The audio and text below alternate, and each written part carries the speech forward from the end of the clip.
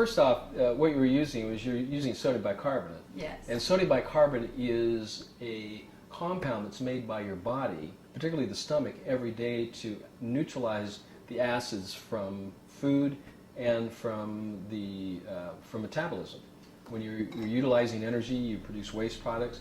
The body produces sodium bicarbonate by taking sodium chloride, carbon dioxide, and water from the blood to make this compound to neutralize the acids in the stomach. And so sodium bicarbonate electrically will attract to its opposite. So when we're looking at electrical charges like magnetism, you've got a negative and positive pole. Okay, well, sodium bicarbonate is negatively charged. So it will be attracted to its opposite. It just so happens that acids are positive. Okay, now, if you're using, let's say, glassware, or if you're using like copperware, or if you're using like leadware, okay, what'll happen if you put sodium bicarbonate, which is an active compound chemically? Now, I know you know how active it is because we did this as kids.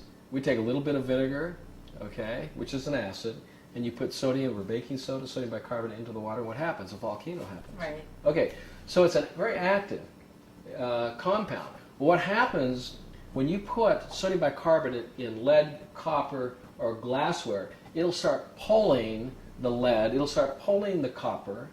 Or okay? even cheap stainless steel. That would Or cheap stain. It'll start pulling the toxins that are the alloys that are maybe toxic, whether it's cadmium or whatever whatever the toxic nickel, chromium, whatever the macro elements are. It'll start pulling that into the water, and then what you have is you have something that doesn't taste like sodium bicarbonate anymore. It tastes like the material that the sodium bicarbonate was put into, which is the pan itself. So it starts tasting like the pan, and it can be a very, very disgusting taste. That doesn't happen when you put the sodium bicarbonate into the Salad Master cookware, because it's not interacting with the material itself. So there's nothing to pull. We're dealing with an inert material here.